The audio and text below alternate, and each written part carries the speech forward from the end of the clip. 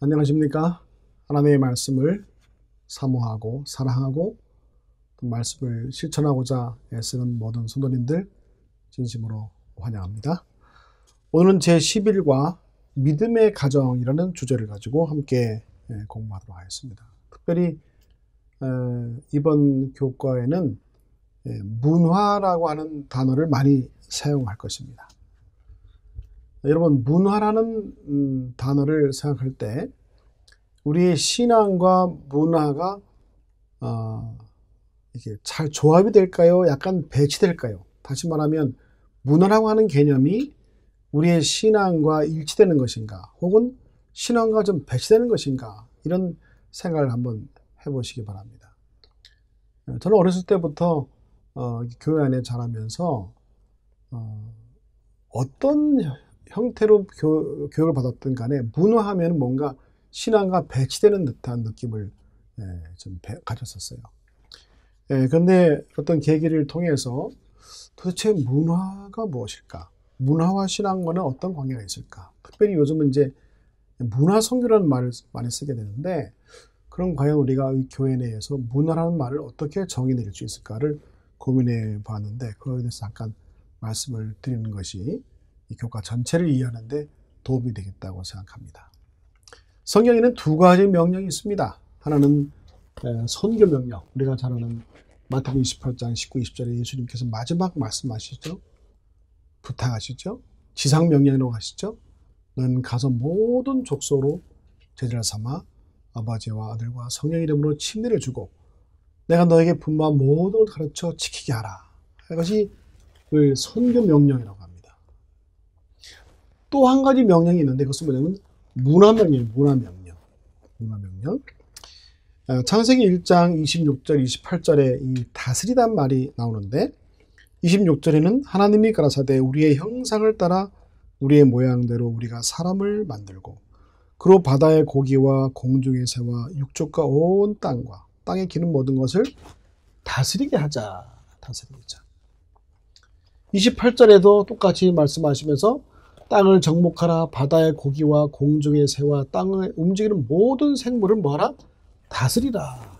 이 다스리란 말이 26절, 28절에 두 번 나옵니다. 이 다스리란 말이 라틴어로 하면 쿨투라라는데, 쿨투라. 이 쿨투라란 말이 뜻은 경작하다, 땅을 경작하다, 이런 뜻이 있어요. 이 쿨투라라는 말에서 영어에 컬처가 나왔어요. 문화라는 것이죠. 그 이 문화의 이 첫 번째 주신 이 명령 가운데 오히려 선교 명령보다는 인간을 만드시고 최초로 명령하신 것이 문화명령인 것이죠. 자, 문화라는 말의 의미를 한번 찾아봅시다. 이 사전에는 이렇게 되어 있어요. 자연 상태에서 벗어나 삶을 풍요롭고 편리하고 아름답게 만들어 가고자 사회 구성원에 의해 습득, 공유, 전달이 되는 행동 양식이다. 생활 양식의 과정 및 그 과정에서 이룩해낸 물질적, 정신적 소사를 통틀어 이루는 말이다. 의식주를 비롯하여 언어, 풍습, 도덕, 종교, 학문, 예술 및 각종 제도를 다 포함한다. 이렇게 사전에 정의되어 있는데, 이 모든 것을 한마디로 딱 요약을 하면 이렇게 요약할 수 있지 않을까 싶어요. 인간 생활의 총체가 결국은 문화다, 이렇게 얘기할 수 있어요. 그래서 인간사와 문화사는 똑같다는 것이죠. 인간의 삶 자체가 문화이기 때문에 인간의 역사가 시작됨과 동시에 문화도 시작됐다, 이렇게 얘기할 수 있습니다. 그래서 우리 문화의 종류를 이렇게 살펴보면 금방 이해가 더 쉽죠. 나라에 따라서 한국 사람들의 생활, 한국 문화, 미국 문화, 일본 문화, 중국 문화, 이렇게 할 수 있고, 남성들의 삶을 통틀어서 남성 문화, 여성들의 삶을 가리켜서 여성 문화, 또 연령별로 따진다면 뭐 아동 문화, 청소년 문화, 장년 문화, 노년 문화, 이 연령별로 또 그 연령에 맞는 문화를 이렇게 얘기할 수 있죠. 또 장소에 따라서 가정문화, 가정에서 일어나는 모든 삶을 가정문화, 학교에서 일어나는 모든 생활을 학교문화, 교회문화, 또 장르별로 본다면요, 음악 생활, 음악 문화, 미술 문화, 뭐 체육 문화, 또 뭐 음식 문화, 학습 문화, 노돌이 문화. 어쨌건 여기 인간의 모든 삶을 연령별로 하든 나라별로 하든 성별로 하든 간에 그 뒤에다가 문화를 붙이면 다 말이 된다는 얘기는, 그야말로 문화는 인간의 모든 삶을 총체적으로 가리킨다고 할 수 있겠습니다. 그럼 이 문화라는 것이 과연 신앙과 배치되는 것이냐, 아니면 문화와 신앙과는 일치되는 것이냐, 이렇게 생각할 때 우리는 보통 문화하면 이제 약간 좀 신앙과 배치되는 듯한 느낌을 갖는 것은 워낙 이 세상의 문화가 타락되어 있기 때문에 문화하면 뭔가 신앙과는 배치된 느낌을 갖는 거예요. 그렇게 말한다면 교회 문화라고 될 수 있고 교회 문화와 뭐 세속 문화라고 이렇게 뭐 구분을 할 수도 있겠죠. 예. 자, 그러면 문화의 창시자가 누구냐를 아는 것은 이 문화가 어떻게 시작됐는지 알 수 있죠. 최초의 문화의 창조자가 누굴까요? 그건 바로 하나님이십니다. 이 아름다운 천지 만물을 창조하시고, 하나님이 처음에 인간을 창조하기 전에 이 여세 동안의 모든 만물을 창조하신 것은 다 아름답고 좋았어요. 문화의 창시자에 따라서 그 문화가 어떤지를 알 수가 있는 것이죠. 그러면 어떤 문화가 좋은 문화고 어떤 문화가 나쁜 문화냐, 뭘로 기준을 잡느냐, 그것은 문화 창조자에 의해서 결정합니다. 하나님이 창조하신 모든 만물은 너무너무 아름답고 좋은 문화예요. 그런데 죄가 이 땅에 들어오게 되고 사단이 이 역사하는 모든 문화는 다 나쁜 문화가 되어버렸단 말이죠.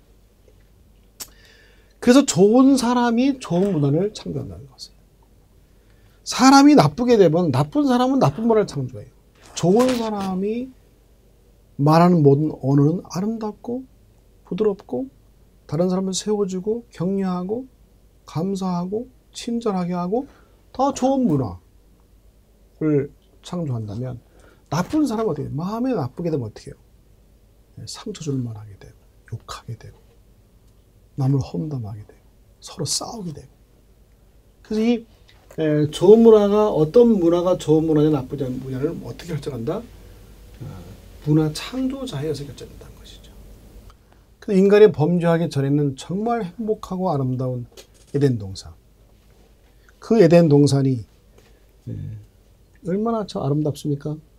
아침 고요 수목원처럼 정말 아름답고 많은 사람들에게 아름다움을 주고 기쁨을 주고 평안을 주고, 그래서 이 자연 속에서 마음껏 즐기는 그런 행복한 문화가 된 반면에, 인간이 범죄한 후에는 타락하게 되고 자연도 타락하게 되고 아름다운 문화가 다 바뀌었어요. 그래서 불타게 되고 앙상한 가지만 남게 되고 이런 변화가 오는 것이죠.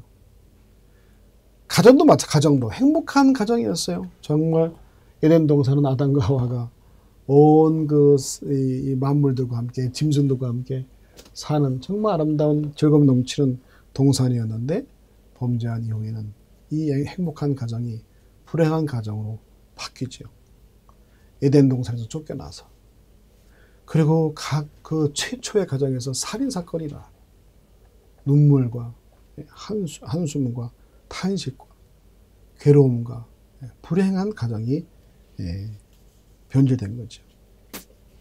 그래서 이 예수께서는 어떻게 오셨는가? 최초의 이 가정에 관련된 이적이 어떻게 해요? 최초의 이적이 가나의 혼인잔치의 이적을 보셨고, 그리고 산상수훈을 통해서 천국은 어떤 것인지, 최초의 내가 이 땅을 창조했을 때 아름다운 그 천국은 어떤 모습인지, 이 지구에 이렇게 서로 싸우고 서로가 욕하고 뭐 슬프게 울고 뭐 이런 모든 것들은 다 회복되어야 한다 말씀하시면서 예수님께서는 최초에 창조하신 문화 회복자로 이 땅에 오시고 또 실제로 예수님이 가시는 곳마다 이적을 베푸실 때마다 모든 병자를 다 고치시고 우는 자들을 위로하시고 절망에서 다 희망으로 바꿔주시고 그래서 예수님께서는 이 땅에 오셔서 그 아름다운 그 하늘을 다시 한번 상기시킨 문화 회복자로 오셨다는 것이죠. 그런 의미에서 그리스도인은 문화 창조자는 문화 창조자. 예수 문화를 창조하는 정말 막대한 사명을 가진 사람들이 그리스도인이다 이것입니다.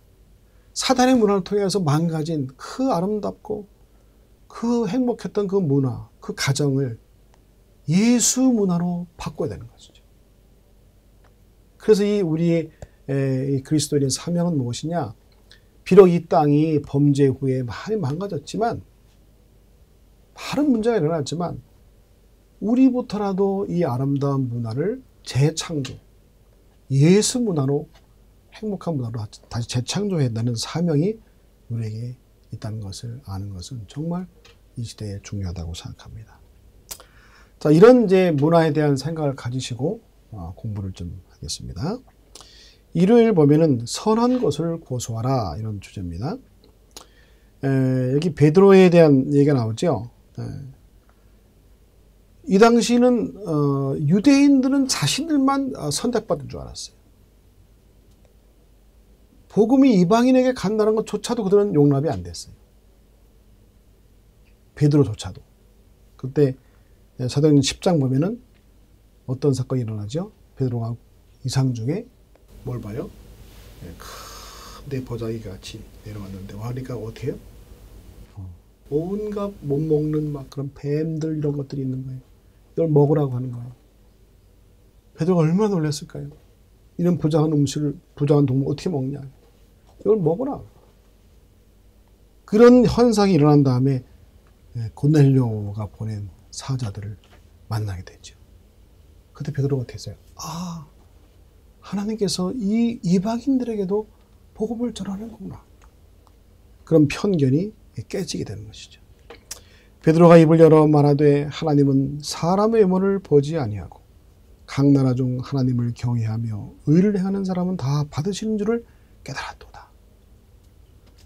여러분, 이 문화가 이렇게 새로운 문화가 접할 때 당황될 수도 있고 그리고 혼란이 있을 수도 있고 하지만 그럴 때 이 정말 좋은 문화인지 아닌지 이것이 하나님께로부터 온 문화인지 사단으로부터 온 문화인지를 구분할 수 있는 지혜가 필요한 것입니다. 이럴 때 우리는 어떤 문화적인 외적인 것보다도 사람을 존중하는 것이 이런 태도가 중요하다고 생각합니다. 편견과 선입견을 극복하는 것이죠. 그 방법은 첫째는 긍정적인 시각을 가지라.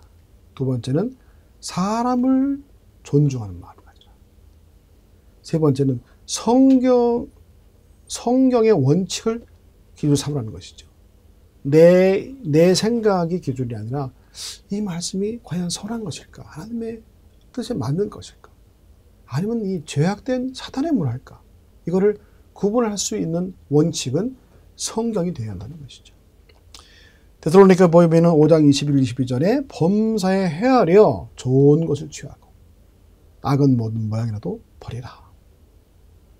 그래서 이 문화를 우리가 선택함에 있어서 굉장히 조심해야 돼요. 요즘 이제 음악 문화 같은 것이 교회 안에 들어오면서 이 세속 음악이 너무 많이 들어왔죠. 이걸 무조건 다 반대하고 이 벽을 쌓게 되면 이 문화 충격이 또 갈등이 또 일어나요. 젊은 사람들은 이게 뭐 CCM이나 이런 걸 참 좋아하고 나이 드신 분들은 전통적인 우리 찬미가를 또 고수해야 한다는 거기에 또 강한 원칙이 또 있는 분들 많죠. 이럴 때 이런 음악 문제 갖고 많은 경우에 교회에서 갈등이 일어나죠. 이런 걸 어떻게 우리가 선택할 것인가?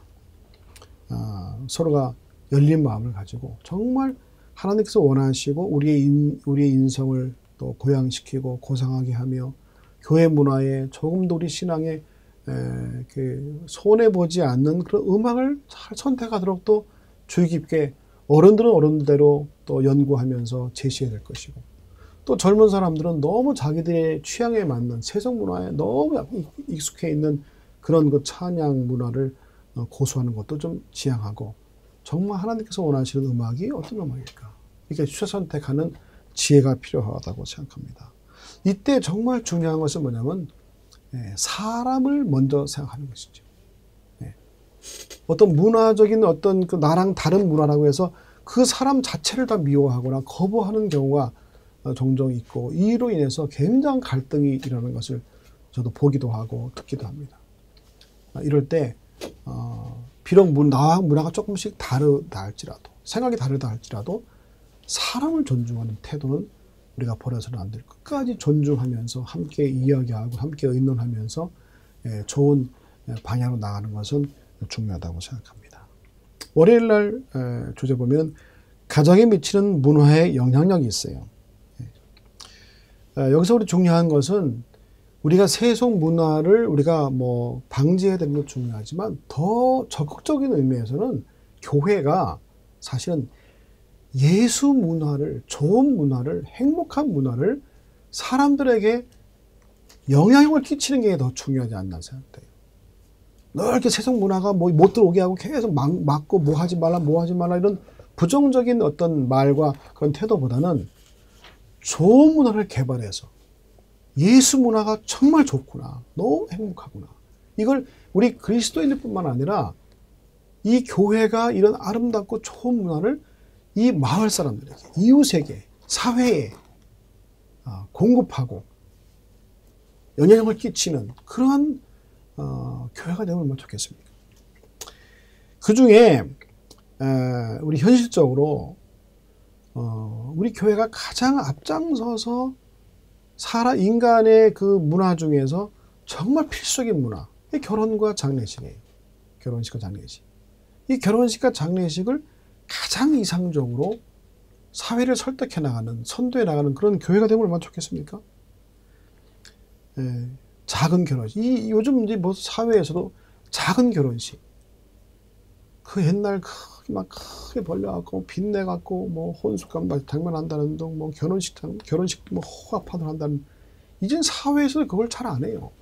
오히려, 엘리트 층에서나 또 뜻있는 사람들은 가족끼리, 뭐 친척끼리 오붓하게 이걸 이제 강조하고 실천을 보이는데, 이 면에서 우리 교회는 어떻습니까? 이건 반성해 볼 게 얼마든지 있어요. 장례식도 마찬가지예요. 교회를 결혼식으로 제공하는 거 한번 생각해 보십시오. 그 마을에서 저 교회는 우리 가난하고 정말 이렇게 어려운 사람들을 위해서 결혼식을 무료로 해준다. 목사님이 무료로 주례해 주신다. 좋은 성도들이 우리 모든 우리 결혼식에 음식을 정말 저렴하게 제공해 준다. 결혼식장도 무료로 해준다. 이런 것이 만약에 그 마을에서 소문난다면 얼마나 좋은 문화를 선도하는 것입니까?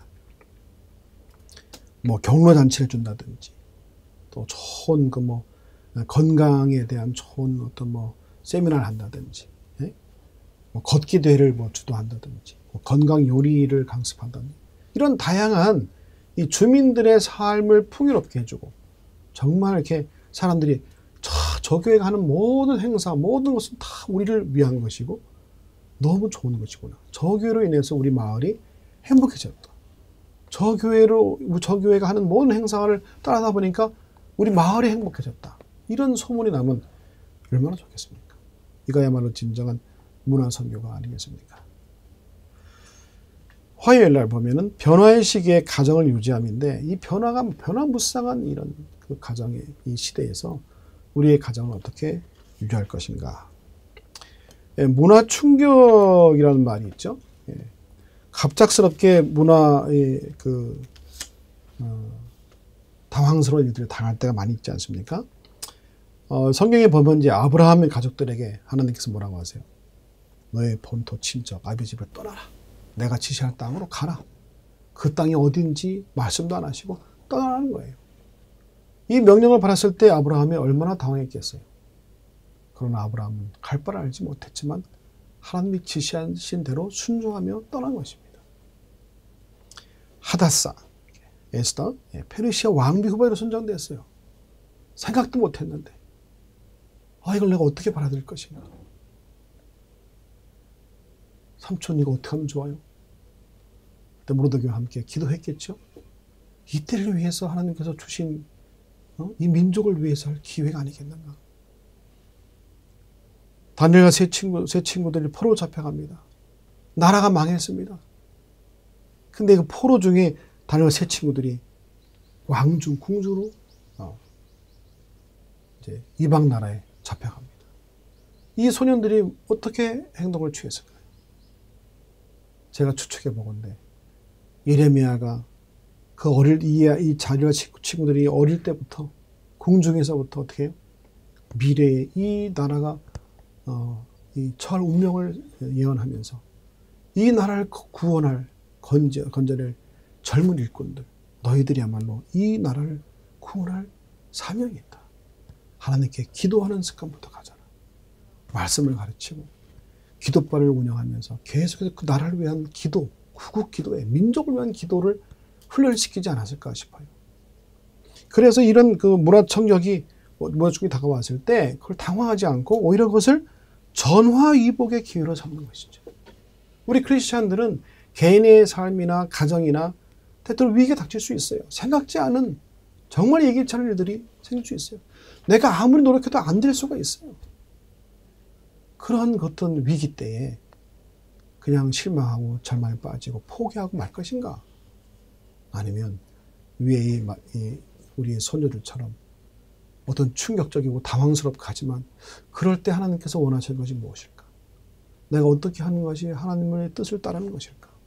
이걸 진지하게 기도하면서 오히려 전화위복의 기회를 삼아서 자기들뿐만 아니라 자기로 인해서 많은 민족들, 많은 사람들을 구원하는 그러한 좋은 기회를 삼는 것이 얼마나 좋겠습니까? 수요일 제목은 첫 세대의 믿음으로. 우리 인간은 연약하기 때문에 이게 아무리 처음에는 정말 뜨거운 하나님의 사랑과 그 은혜가 힘입었을지라도 이게 시간이 지나면서 계속 더 상승되는 것보다는 이게 점점 쇠퇴되는 경우가 참 많죠. 토마스 머터드라는 영성학자는 이렇게 얘기했어요. 인간은 비탈길에 있는 수레와 같다. 이 수레가 비탈길에 있기 때문에 이걸 놓게 되면 어떻게 해요? 그냥 곤두박질 쳐요. 그래서 끊임없이 성령님의 능력으로 영성의 힘으로 이걸 붙잡고 있어야 한다는 것이죠. 이게 바로 신앙의 힘이에요. 근데 이 옛날 구약 당시의 사사시대를 보면은 여호수아가 있을 때는 그나마 괜찮았어요. 여호수아가 죽은 다음에 이스라엘의 그 역사는 타락의 역사로 가죠. 그 사사가 죽은 후에는 그들이 돌이켜 그 열조보다 더욱 폐괴하여 다른 신들을 쫓아 섬겨 그들에게 절하고 그의 행위와 패역한 길을 그치지 아니하였으므로 그런 말이 있어요. 자기들의 소견대로 행하였더라는 말도 있어요. 여호수아가 정말 간절히 호소한 너희가 서의 섬기자를 오늘날 택하라. 나와 내 집은 여호와를 섬기노라고 하면서 간절히 호소했던 그 말들을 들은 장로들은 그나마 다행이었는데 그들이 다 죽게 되니까 이 이스라엘 백성들은 완전히 타락의 길로 빠지게 된 역사가 있죠. 그래서 우리의 믿음은 항상 처음으로 돌아가는, 첫 믿음을 돌아가는, 초심으로 돌아가는 그런 삶이 필요하다고 생각합니다. 어떤 책을 보니까 참 아주 의미 있는 말을 썼어요. 교회는 리폼드 철치가 돼서는 안 된다. 그러니까 이게 과거형으로 개혁된 교회로 막 끝나서는 안 된다는 거죠. 교회는 끊임없이 리포밍 철치가 돼야 된다. 계속 현재 진행형, 끊임없이 개혁하는, 끊임없이 인간의 힘은, 인간의 그 문화는 타락할지라도 하나님의 영에 힘입어서 끊임없이 예수 문화를 창조해가는. 그래서 하나님의 뜻에 조금도 배치되지 않고 각 시대마다 시대가 바뀌면 계속해서 그때마다 리포밍 철치가 돼야 한다. 이 말이 참 의미가 있는 것 같아요. 그래서 우리 첫 세대의 믿음을 계속 간직해 나가는 우리가 됐으면 좀 좋겠습니다. 이것을 위해서는 부모 세대가 자녀 세대에게 세대 전수를 잘해야 돼요. 요즘 세대 간의 단절로 인해서 많은 좋은 것들이 그냥 사라져버려요. 그리고 이 다음 세대는 전 세대가 뭘 어떻게 했는지 잘 몰라요. 그래서 이 세대와 세대 간의 단절된 것을 어떻게 하든지 잘 이렇게 이어서 신앙의 좋은 유산들, 그리고 과거 부모님 세대, 기성세대, 어른 세대, 선조 세대의 좋은 신앙의 유산을 어떻게 하면 다음 세대, 차세대 자녀들에게 잘 전수할 수 있을까? 이것을 그냥 무조건 옛날에 이렇게 했으니까 이렇게 하라고 이렇게 푸시하기보다는 문화적으로 좋은 문화를 창조해서 그 문화를 통해서 다음 세대로 이어가는 그런 것이 우리에게 필요하지 않겠나 생각됩니다. 목요일 주제는 21세기의 주례들. 여러분, 21세기 우리가 사는 이 시대의 교회의 핵심 기둥들은 누굴까요? 앞으로 세대의, 미래 세대의, 정말 마지막 세대의 이 시대의 교회를 이끌고 나갈 주자들은 누굴까요? 21세기 교회의 모델은 무엇일까요? 그것은 바로 1세기 교회, 초대교회의 모습입니다. 예수님이 세우신 교회, 그리고 성령 충만함을 받아서 정말 같이 기도하고 찬양하며 유무상통하고 날마다 함께 모여서 말씀을 듣고 배우고, 그리고 서로 이해하고 도와주고, 이 아름다운 모범을 통해서 하루에 막 수천 명씩 예수 믿는 자들이 돌아오고 침례받고 교회가 정말 부흥하는 그 교회가 바로 21세기 지금 교회의 모델인 것입니다. 아니, 각 시대의 모델이었죠. 여러분, 21세기 교회, 미래 교회의 모델은 1세기 교회입니다. 사도행전에 나타난 교회 모습입니다. 우리가 돌아가야 될 교회죠. 가정이 가정을 낳습니다. 교회는 가정이 모여서 이루어진 교회입니다. 그러므로 가정이 행복하면 교회도 행복해지고, 가정이 건강하면 교회도 건강해지고, 교회가 건강하고 행복하면 교회가 사회를 변화시키는 그러한 놀라운 원동력이 되겠죠. 그래서 가정은 복음 전수의 가장 효과적인 통로인 것입니다. 성령 충만은 뭐냐? 사랑 충만입니다. 그럼 사랑 충만은 어디서부터 이루어져요? 가정에서부터 이루어져요. 서로 이해하고 서로 도와주고 서로 소통이 잘 되고, 그래서 이 행복한 가정, 사랑 충만한 가정이야말로 성령 충만한 가정이 되는 것입니다. 마지막 결론입니다. 참 이 기독교 좋은 문화를 위해서 우리 가정이 어떻게 되는지에 대한 그 기별들이 있는데, 예모는 가정에서 시작된다. 우리들이 우리의 자녀들로 친절과 예모와 사랑을 실행하게 하고자 한다면 우리는 우리 자신이 그들에게 모범을 보여야 한다. 자녀들은 부모님의 뒷모습을 보고 자란다 그러죠. 무슨 말입니까? 부모님이 하시는 모든 행동, 말, 태도를 보고 배운다는 것이죠. 우리가 자녀들에게 그러한 모습을 보여줘야 한다는 것입니다.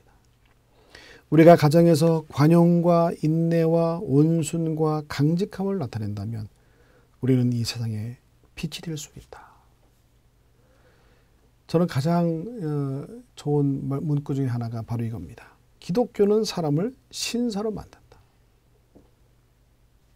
기독교는 사람을 신사 수녀로 만드는 것이죠. 처음 시작할 때 문화 이야기를 시작했는데, 이번 기회의 아주 핵심 키워드는 문화입니다. 문화. 좋은 문화는 누가 만든다? 좋은 사람이 만든다. 좋은 사람은 또 누가 만듭니까? 좋은 종교가 만들죠. 그래서 우리가 이 예수 그리스도를 믿는 그 믿음 신앙생활 안에서 생활 자체가 다 문화예요. 예수께서 이 땅에 창조하신 그 아름다운 문화, 그 행복한 문화를 다시 회복하기 위해서 오셨고, 우리의 그 길을 우리에게 모범을 보여주셨어요. 그래서 예수님은 친히 가정에서 30년 동안 생활하시면서 가족과 함께 지내시면서 마을에서 이웃과 함께 지내시면서 예수님의 그 아름다운 삶의 모범을 통해서 사람들은 그 나사렛이라는 동네 사람들이 별로 좋지 않은 분위기였지만 소년 예수부터 시작해서 그 자란 모든 과정을 통해서 영향을 받았다는 것이죠. 우리의 삶이 그러한 삶이 되기 위해서는 우리가 먼저 좋은 사람, 좋은 그리스도인 되어서 우리가 하는 말과 행동과 우리의 생활 자체가 다 아름답고 행복한 문화가 되어서 우리 가정뿐만 아니라 우리 사회를, 우리 이웃들을 행복하게 만드는 그런 여러분 되시기를 간절히 바라면서 과정을 마치겠습니다.